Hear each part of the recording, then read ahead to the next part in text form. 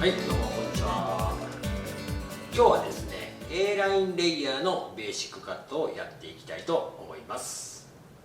レイヤーカットのベーシックなんですけども、うちのベーシックカットの中ではレイヤーカットのベーシックは4種類用意してまして、上から A ラインレイヤー、今日やるのが A ラインレイヤーですね。そしてローレイヤー、ハイレイヤー、ウルフレイヤーという感じですね。どんどんとこの段を入れる幅が広くなってくる。その一番初めの A ラインですね。ほとんど段を入れないカットっていうふうに考えてもらってもいいと思いますね。しかしながらですね、この一番初めの A ラインでロングレイヤーカットの基本的なシェイプとハサミの入れ方っていうところをしっかりと勉強していくと、この後のローレイヤー、ハイレイヤー、ウルフレイヤーっていうものがものすごく優しくなってくると思うんで、そのあたりをですねしっかりと注目して勉強していってもらいたいなと思っております。レイヤーカットと聞いてあんまりカットをやったことない美容師さんがまず想像されるのが、誰でもですね学校の教科書にこういう図をね見たことがあると思うんですよね。このように頭皮から、パネルを横に引き出して、このようにカットされたらレイヤーカットですよと。でこのようにカットされたらセイムレイヤーですよと。でこのように上が長くて下が短いようにカットしたらグラデーションですよと。こういうふうに教科書で書かれているのを誰でも一回見たことがあるんじゃないかと思うんですけれども、これはですね一旦忘れてください。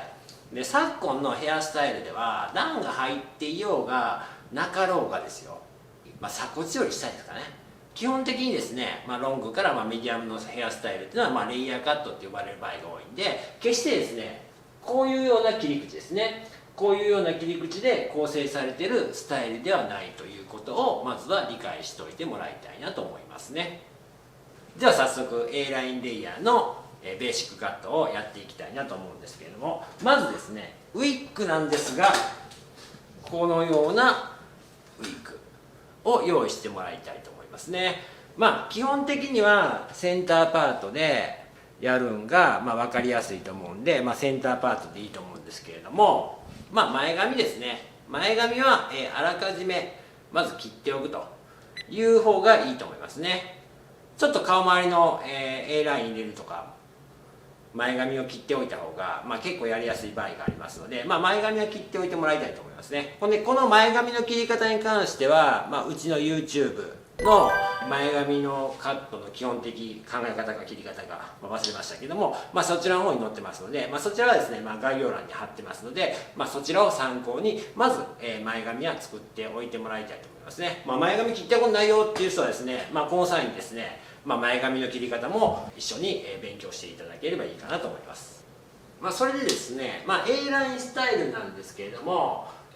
実際にですねカットしていくときにまずアウトライン切っていくんですけども、アウトラインはですね、スクエア、ほぼ平行ですね、平行に切る、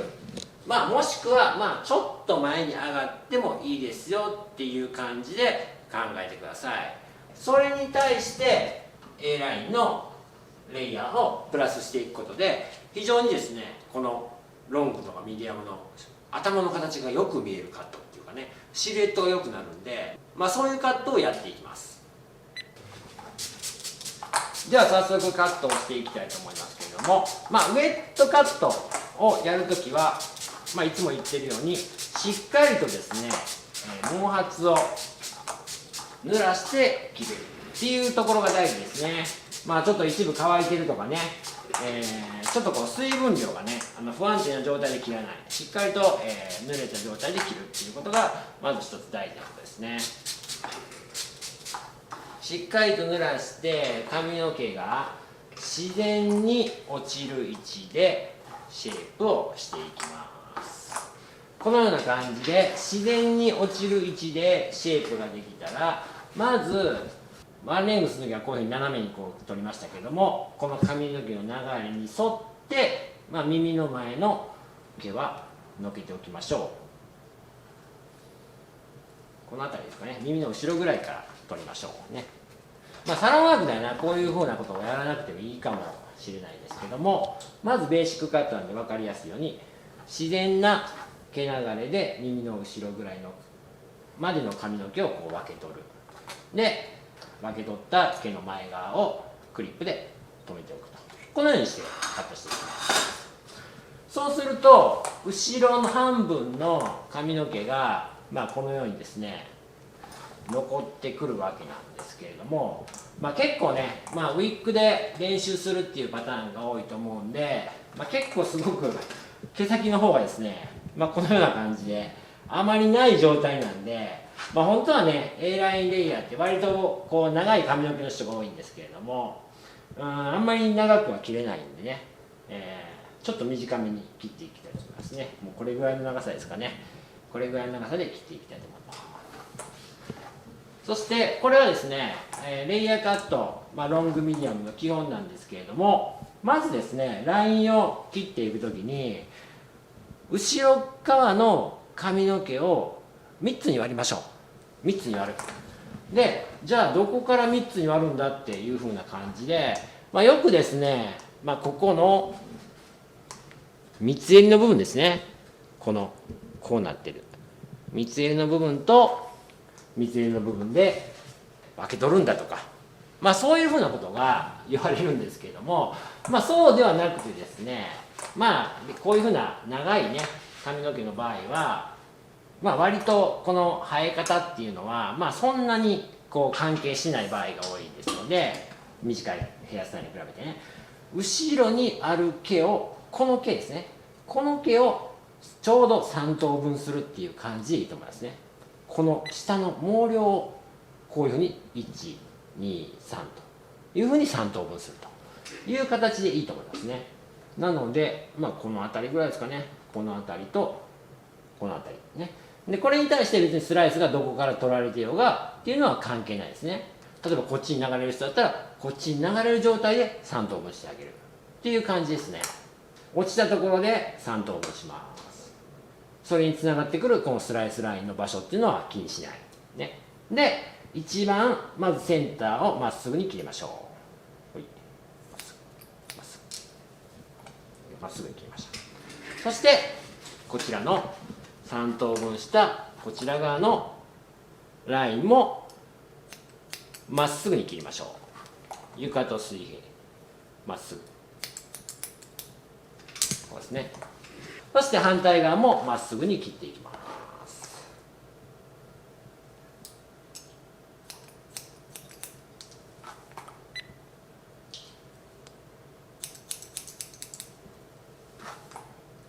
はい、完成しましたね。後ろ側の髪の毛がまっすぐに切られました。でこの際、注意事項がですね2つございまして、それはですね、まずシェイプですね。シェイプで、そうですね、ウィッグの場合の、ベーシックカットの場合は、できるだけこれぐらいの密な刃を使った方が、やりやすいかなとは思うんですけれどもね、実際の人頭の場合はちょっと粗い刃でもいいかなと思うんですけども、少なくともこれぐらいの密な感じは必要かなとは思いますけれども、まずシェイプですね。ちょっと赤の方が見やすいんで赤でやりましょう。頭皮に対してまっすぐ刃を入れてくださいねっていうことを言います。まっすぐまっすぐ刃を入れるんでこうなりますよね。まっすぐ頭皮に対してまっすぐこう入れるんです。こう入れます。でこうとこれまっすぐになってますよね。こうまっすぐですね。でこれじゃダメなんですね。これじゃダメ。何がダメかと言いますと、頭皮に対してまっすぐ刃を入れたらこうなるんですけれども、実はですね頭皮というのはですねこのようにへっこんでるわけですね。ここから下ネープの部分ってへっこんでるのね。だから頭皮に対して垂直に刃を入れるっていうのはこの部分はこうですね。でここからこうなりますね。こうなります。こうなってきたらここからはこういうふうに入れないとダメですね。こういうふうに、特に人頭モデルの場合だったらここのネープのこのゾーンっていうのはいろんな生え癖とか髪の毛の、癖っていうのが割と多く出る場所でありますので、しっかりとこの辺りも根元からシェイプをしていく、ね、櫛の刃を通していくっていう意味ではこのような形で入れてもらいたいなというふうに思いますね。本当によくあるのがやっぱり髪の毛の髪型ですね。髪型がこういうふうになってるんですね。ここで今まっすぐ切られてますからね、こうなってるんで、この髪の毛に対して垂直に入れてしまう。この髪の毛に対して垂直に入れてしまうことによって、ここのネープのこの地肌の部分ですね、地肌の部分に櫛の刃が届いてこないっていう風なシェイプをよく見かけます。でそうなってくるとやっぱりここにある生え癖とかちょっとこう毛が絡んでるところとかっていうのがきれいに溶けませんので、しっかりとこうプッシュをですね回転させて一回ここにグッと、だからちょっと刃が上がってくるわけですね。櫛の刃がグッと上がって、でここで髪の毛が終わったっていうのがこの櫛の刃を通して感じると思いますんで、生えてるところが終わった、そうなってくるとまた普通にこうやって解いていくと、こういうシェイプをやっぱりしっかりと覚えていくっていうのが、癖づけていくよね、癖づけていくっていうのがものすごく大事だと思います。ほとんどの人はこのままこう解いちゃってるね。なんならここからこういってね、刃がちょっとこういうふうにちょっと下向きの方がこうね溶けてる感じがあるので、こうなるね。下手しいちょっとこういう感じで裏返してね、こっち言ったらこういうね、こういう感じでちょっと裏返してこう絞るようなシェイプをしちゃってる人とかいるんで、こういうことをやるとですね、ここがこっからこう来てね、こっから絞ってくるわけですから、逆にこうなんですね。本来この頭皮の向きに対してはこう入れないといけないのに、なんかちょっとこの方がこう溶けてる感じがするんで、こう絞っちゃうんですよね。そうすると歯なんて絶対ここに浮いてきますから、ね、これね結構綺麗なシェイプができないっていう風な原因になったりとかして、で長い毛が残って結局収まりが外に跳ねちゃうみたいな、そういう風な原因にもなりますので、しっかりと刃はこういう感じで、こういう感じで、刃はっていうのはその櫛の刃ですね。櫛の刃をしっかりと頭皮に垂直に向けてシェイプをしていくというですね癖をつけてもらいたいですね。だからこうですね、ここからこういって奥に入れて、奥に入れて、ここで髪の毛終わったっていうのを今感じるんで、そのままじゃあまっすぐ解いてきて、最後ちょっとこう中に押していくと、ね、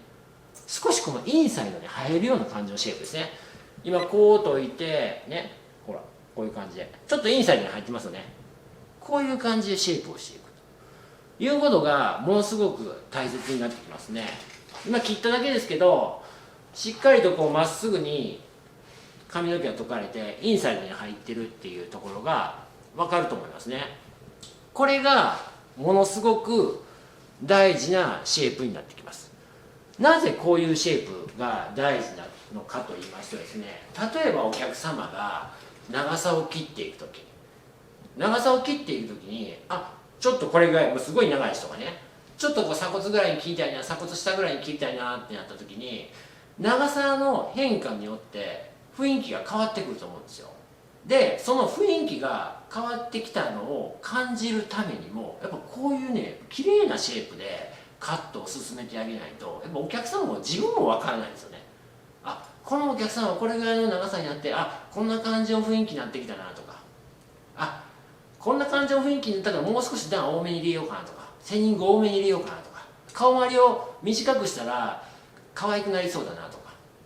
そういうふうなことっていうのはやっぱり綺麗なシェイプだから感じるんですよね。とりあえず鎖骨の下に切ってくださいって言われたから、とりあえず長さを鎖骨の下に切った、その時のシェイプがもうこんな感じのシェイプだった。結構いるんですよ、長さだけパツンと切ってこのまま置いてる人、ね、だからこんな感じのシェイプだったらお客さんが前から見た時に自分が長さを切ってそれが似合ってるのかどうかとか、可愛いのかどうか、綺麗なのかどうか、イメージ通りなのかどうかっていうのが全く分かんないですよね。でもウエットの段階からしっかりと根元までシェイプして、こういう風なインに入るようなね収まりのいいシェイプでカットを切り進めていくと、なんとなくこの長さの変化に対してのこの自分の雰囲気の変化っていうものが感じられるんで、そういう意味でもこのインサイドシェイプをキープしながらカットを切り進めていくってことをうちは大切にしてます。っていうので、この A ラインレイヤーっていうカットですけれども、途中の工程でこういうふうなインサイドシェイプができながらカットを切り進めていってるのかどうかっていうところも一つのチェックポイントにしてますね。ものすごくカット自体は、簡単な工程なんですけれども、一手一手のこのクオリティっていうか、まあ作業の質というか、そういうのを大切にしてますね。では、サイドの髪の毛を下ろしてサイドにカットしていきたいと思いますね。サイドも同様ですね。こういうふうにまっすぐにきれいに解いていってあげる。頭皮に対して垂直に刃を入れて、耳が当たるんで耳はちょっと浮かして、そこからきれいにね、頭皮からしっかりともつれをほどいた状態でシェイプしていく。ワンレングスの時にも言いましたが、このまま乾いたらもうそこそこ綺麗なレイヤーカットじゃんっていうぐらいの感じでね、カットを進めていくとお客さんも自分も雰囲気が感じやすいという形になってきますね。で、サイドなんですけれども、サイドは、ね、バックをまっすぐに切ってますので、サイドも、ジャック前上がりといえどもまっすぐに切りましょう。まずはね、まっすぐに切る、まっすぐに切る、まっすぐに切りました、ね、前下がりにならないぐらいにまっすぐに切る。そうするとサイドの髪の毛っていうのはもともと少ないですので、バックに比べるとね、前下がりにならないようにカットラインをまっすぐに切ったら、ちょっと上がるんですよね。はい、そんな感じでいいと思いますね。じゃあその次どうするか。今度はですね、前の角を取っていくんですが、まずまっすぐに切った後にサイドのこの髪の毛、今これまっすぐにとかれてますね。ちょっと気持ち斜めにシェイプしましょう。こんな感じですね。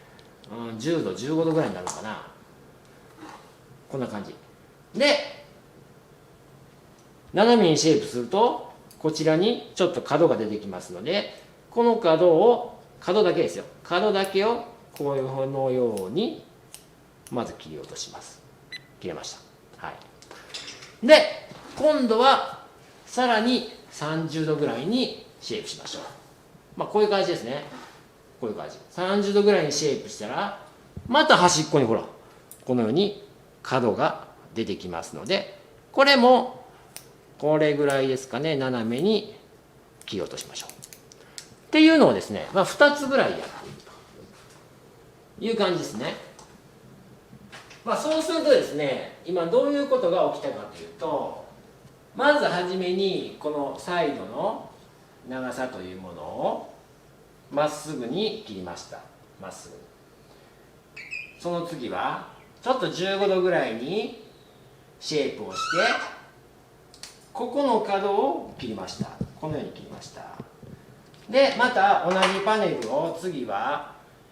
30度ぐらいですね。ちょっと極端に書きますけど図が分かりやすい。30度ぐらいにシェイプして、同じパネルですよ。同じパネルを横に切って15度30度っていう感じですね。そしてここを切りました。そうすることでどういうことが起こるかって言ったら、ちょっと下に書きますけど、このように、まずまっすぐに切られていたこのサイドのパネルっていうものが、本来ね、インサイドグラデーションとか、トップの角ですね、レイヤーの角とか落とす時ってもう本当にこのとんがってる部分をパツンと切るだけなんですけど、ここはやっぱり顔周りの部分なんでね、顔周りの部分なんで、やっぱりこうね、柔らかいラインを作りたいですね。インサイドグラデーションとかトップの段ってそんなにこう表面にこうスタイルとして出てこないところなんで、そんなにこう柔らかいラインっていうのは必要ないといえば必要ないんですけれども、ここっていうのはやっぱりちゃんとスタイルに出てくるところなんで、この後高い段を入れていく時にも、割とこういう考え方って使われるんで、先に覚えておく、ね、ここをパスンとまっすぐ角を取るだけじゃなくて、このように15度30度っていうふうに、2回ぐらいに分けて角をポンポンと落としていくことで、こちら側はですね、まっすぐ切られるんじゃなくてちょっとですねこのようにこうちょっと丸く削られるっていう感じになりますね。丸く削られる、まっすぐ切られるんじゃなくて丸く削られるっていう形になりますね。顔周りの角なんでやっぱりある程度パスンとした、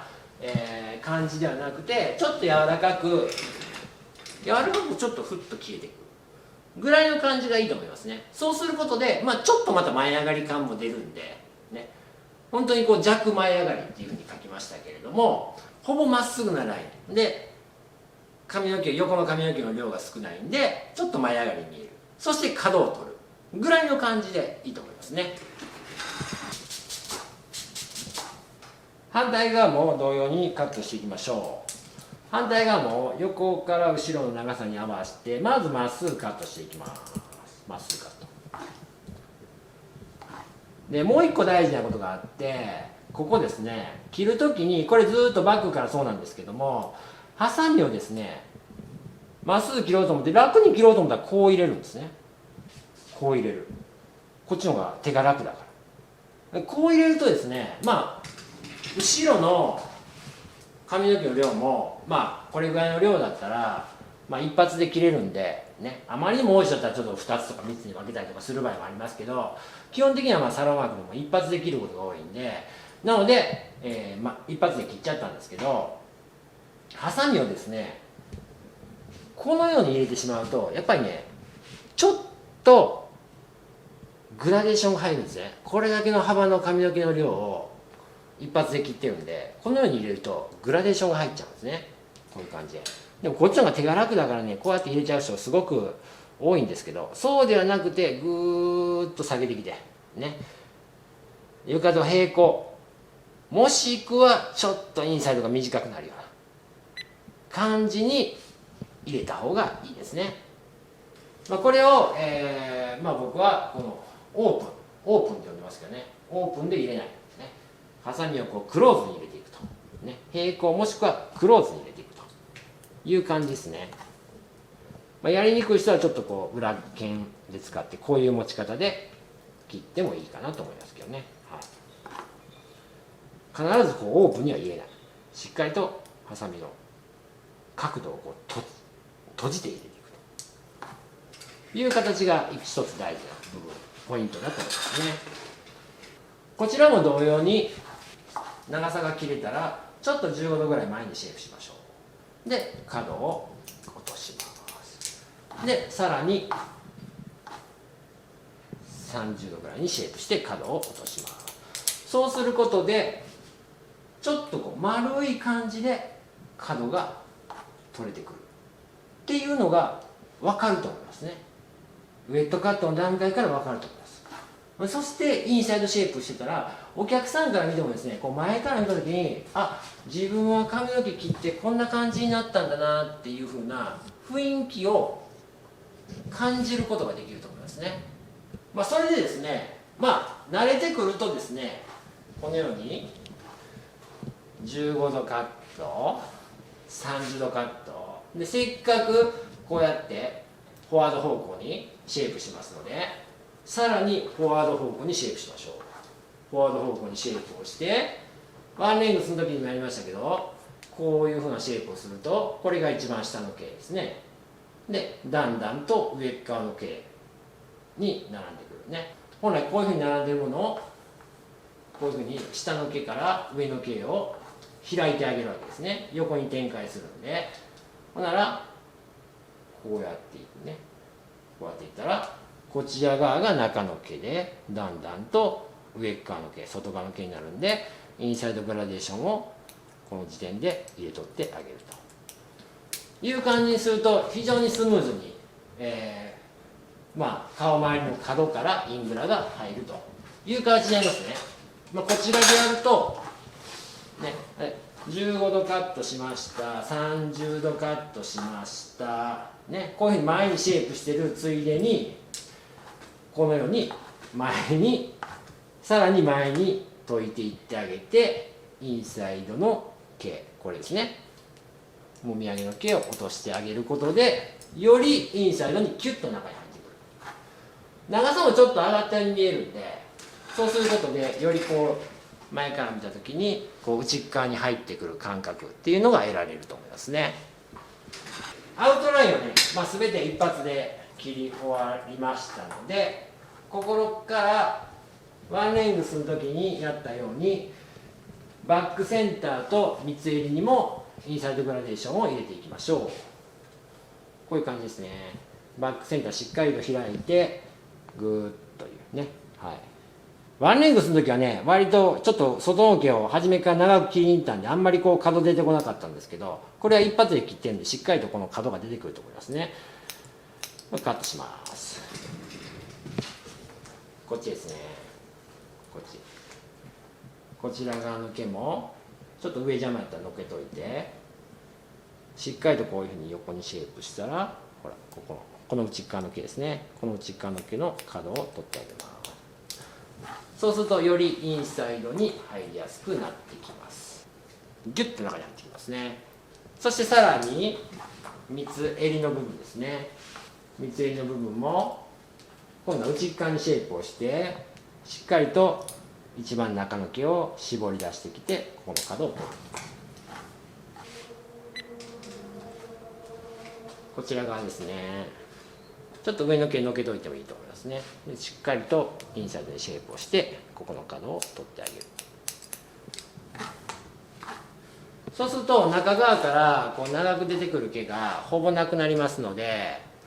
綺麗な感じにこう収まるような形のウェットカットができてくると思いますね。こんな感じです。で今アウトラインのカットが終了した時点でこういうふうな状態なんですけれども、これぐらいの形でシェイプしながら、カットが切り進められてたら、お客さんもこうね見てて非常にこうイメージしやすいですよね。自分がどういう髪型になっていくのかっていうところがね、それがですね、なんていうのかな、もう本当にこうちょっと絞りながらこうパツンとねオープンのカットで切ってしまって、こうやって長さだけね切ってしまって、もうこんな感じでさカットが切り進められてたとしたら、自分が今こう可愛くなっていってるのかどうかっていうのがね分かんないですよね。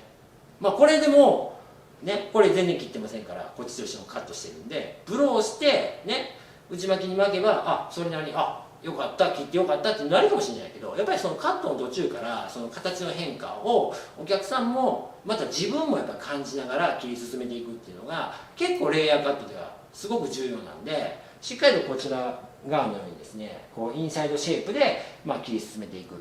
ていうところがいろいろなところにつながってくると思いますね。さあアウトラインが切れたらですね、今度は段を入れていくわけなんですけれども、 A ラインレイヤーなんで段という段は入れないですね。上に引っ張って切るんですけど、それはですね、いわゆる段カットっていうものじゃないですね。段カットって言ったら昔で言えばここにこう明らかにここに短い毛を作ってますよっていうふうに、例えば流れがあったりだとか動きがあったりだとか、上の方にね長さここなんだけどここに短い毛が何かしらのこう働きを行ってるんですけども、 A ラインレイヤーっていうのは基本的にはここの毛っていうのは働かないですね。働かない、ね、だけれどもちょっとシルエットを締めていってあげるっていう形ですね。目的としてはこのようにですね頭があった場合っていうのは、例えばロングの場合って例えばここで切られてるとしたら、何もしなければこの頭の形がそのまま形に出てきますのでね、何もしなければですよ、基本的にはちょっとこうね丸くなるんですね。このシルエットが丸くなる感じになりますね。で A ラインの段を入れることでどうなるかっていうと、この長さで切ってるものに対してちょっとですねこう鉢が締まったような形ですね。ちょっと裾広がりみたいな形になりますね。頭がちょっとコンパクトに見える。場合によってはね、こちらとこちらちょっとこちらの方が長く見えたりもしますよね。そういうふうな効果もありますね。 A ラインにすることによって重心が下に下がりますのでね、これいろんな毛が積み重なっているんですけど、上から下までの毛がバーって積み重なっているんで、自然な頭の丸みっていうのがここのシルエットに表現されちゃうんですけども、上のトップの毛を薄く削っていってあげるっていうかね、だからこの部分をちょっとこう削っていってあげるっていう、極端に言うとですよ、こんな形になりますかね。ちょっとうまく描けないですけど、この部分を削っていってあげる、そうすることでちょっとこう裾広がりの、シルエットになるっていうのが A ラインのカット技法になりますので、本当にね、この2020年ぐらいのレイヤースタイルでは非常に多く使われている技でありますね。さあどうやってやっていくか、ちょっとやってみましょう。カット技法としては、このように自然に溶いた髪の毛に対してパネルを取ります。パネルを取ってぐーっと上に上げていって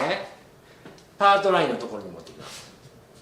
パートラインのところのこの櫛のラインのところにシェイプしていきます。そうすると必ずとんがっているところがあるはずなんですね。とんがっているところがぐーっとこの櫛のラインまでシェイプしてくると、ほらこのようにですね、こういうラインでとんがってるんですよ。こういうラインでとんがってるんで、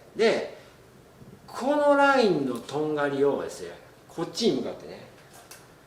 ここのラインに対してこうとんがってきてるんで、このとんがりをですね、こっちにこう切ります。逆にこう切ってあげる。逆に切る。逆に切ることで8回りが締まってきますね。もう一枚いきますよ。もう一枚。横の毛をまっすぐ上に上げていきます。まっすぐ上に上げてきたら必ずほらとんがりがね、こういうふうに、こっちの毛はもちろん長い、こっち側の毛が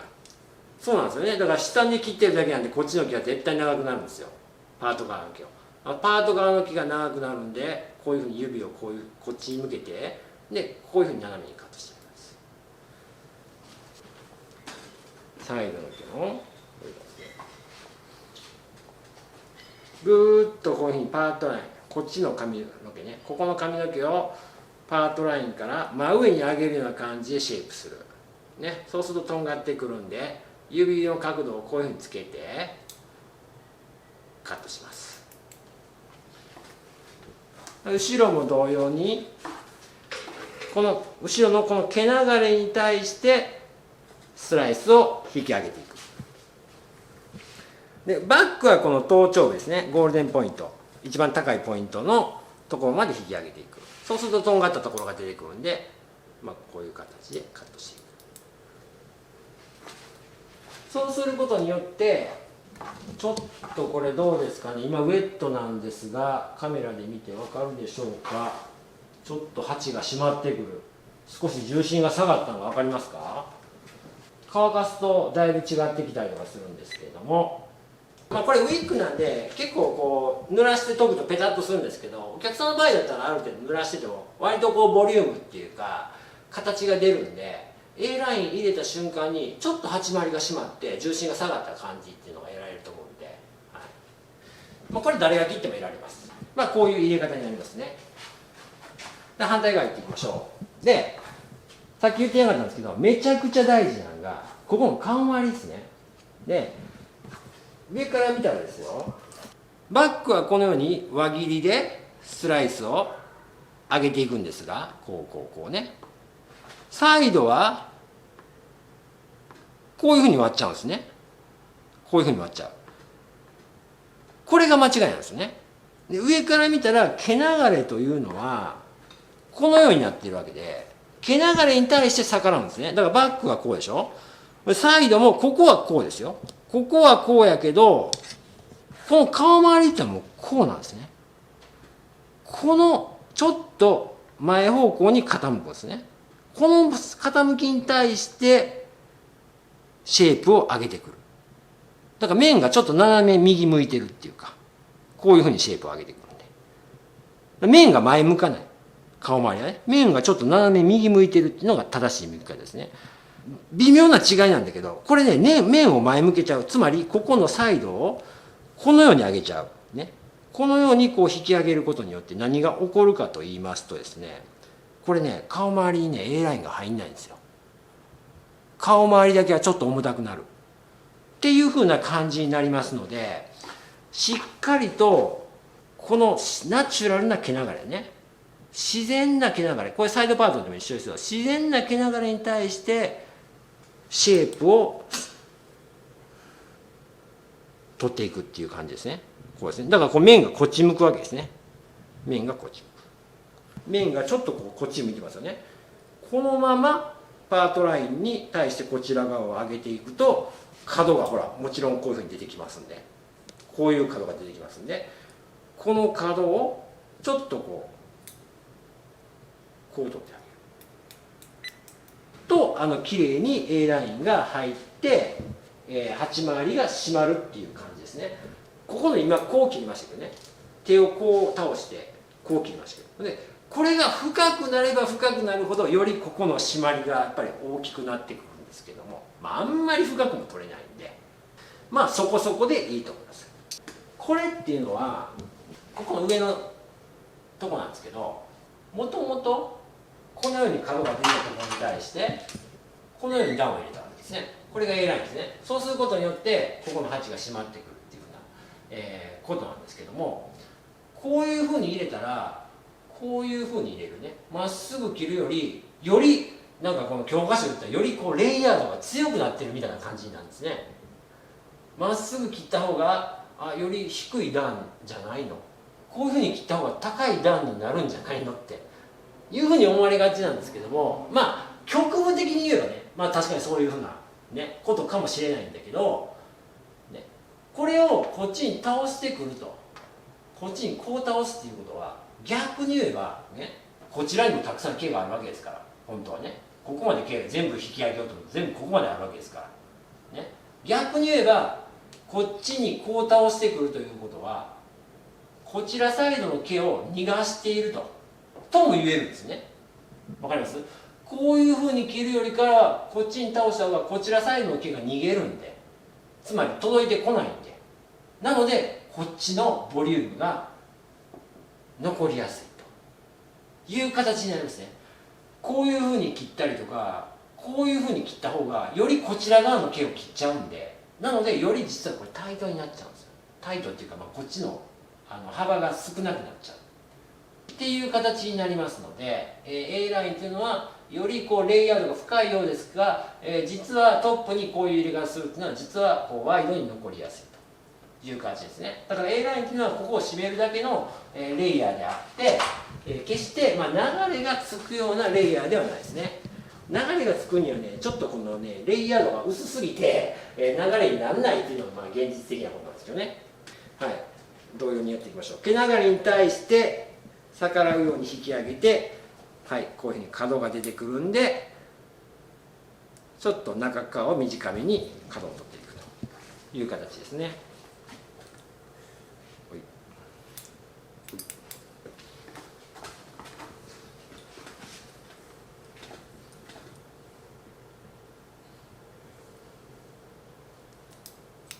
バックはねちょっと切るとこ少ないかもしれないですね、そう考えていくと。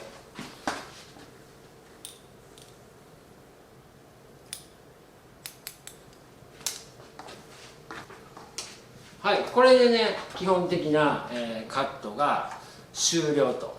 いう形になってきますので、練習ではね